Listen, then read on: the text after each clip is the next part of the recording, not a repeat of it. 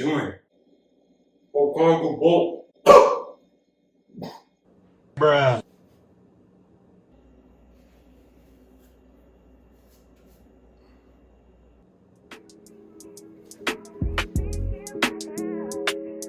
It's only my third day out. So if you're watching this video, you have some interest in putting on muscle fast, learning how to bulk, quote unquote. And you're probably wondering, why should we listen to him? What does he know? I was not one of those kids that was just strong, muscular from jump. Again, I started off high school under 100 pounds. And even throughout high school going into college, I was still a smaller kid, a smaller frame, a skinnier kid. When I made this summer transformation, I started out at 139.5 pounds and I ended at 163 pounds with my final weight.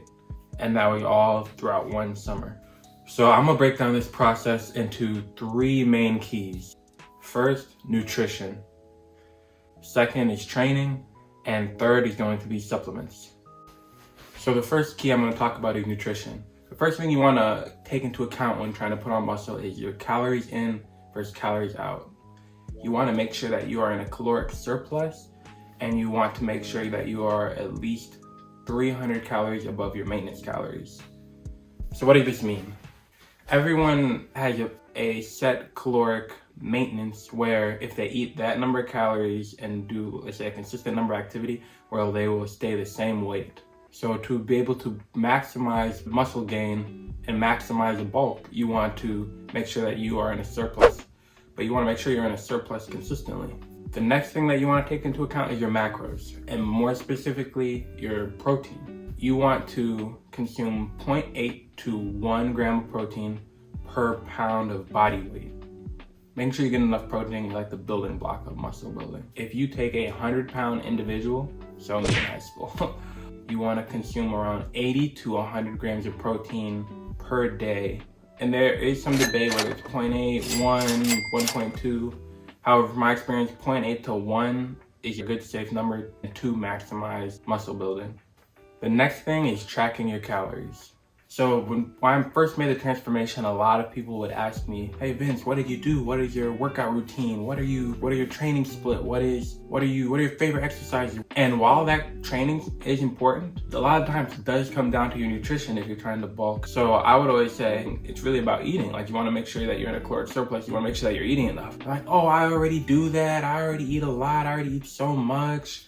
How much are you eating per day? Well, what are your average calories per day weekly?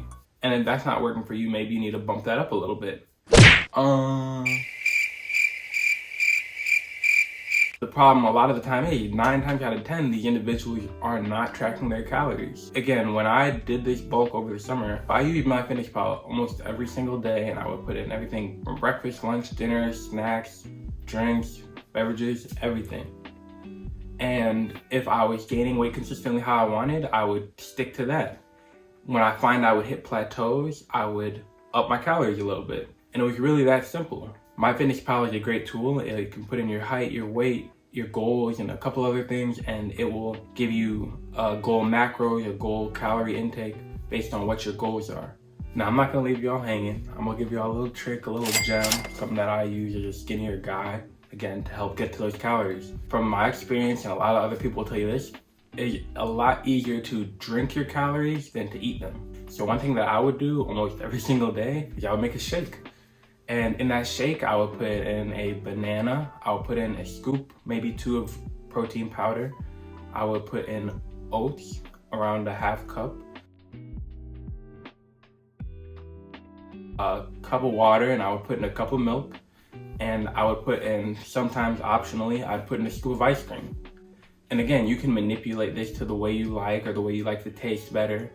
But essentially, you can make a 800 to 1200 calorie shake that's very easy to down, calorie packed, protein packed, everything you want. And again, this is for if you are someone who has problem getting those calories in. But that's something that I use, and that helped me a lot. I would do that either almost every day, either for breakfast, I would have a shake, or after I eat my daily amount of calories, if I needed more left, I would have the shake. It's an easy 800 to 1200 calories, depending on how you make it. Next, we're gonna talk about training. Number 1, progressive overload. 2, the 3 training variables that I use, which are frequency, volume, and intensity.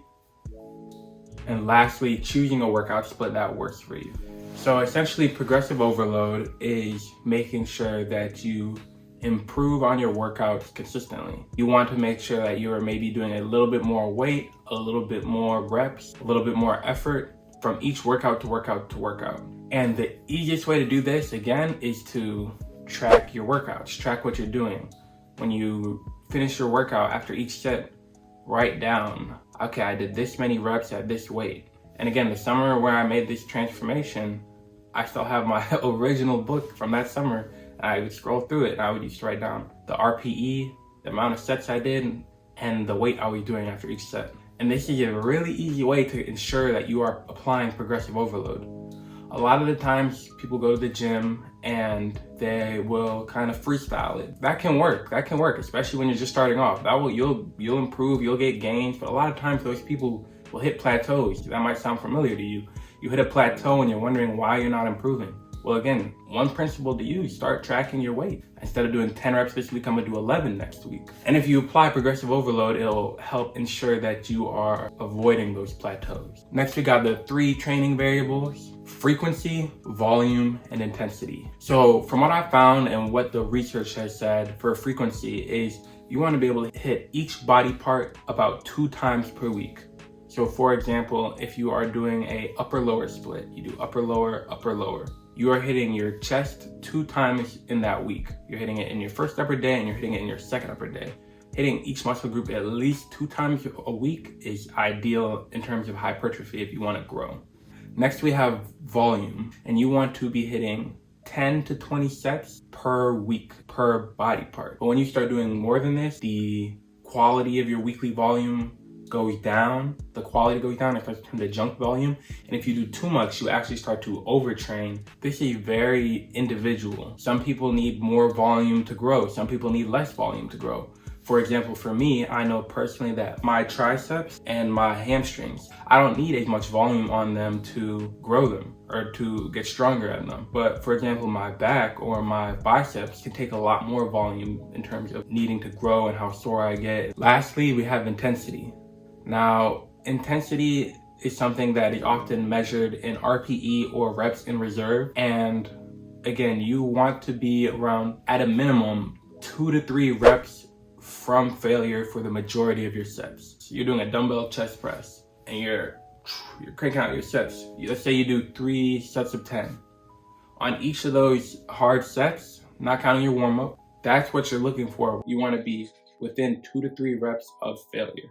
Now, out of these 3 keys, I would say that supplements are the least important out of the 3.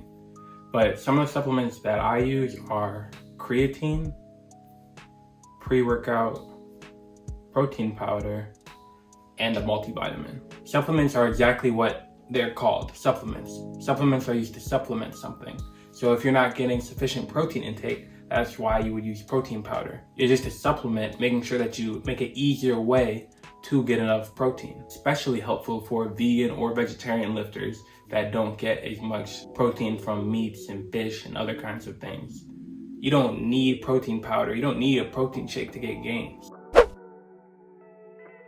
Now, don't get me wrong, supplements are important, but at the end of the day, you can take all the creatine and protein and vitamins that you want. If your training's garbage, if your eating is garbage, you're not gonna be able to achieve those goals and hit those PRs and get stronger like you want to.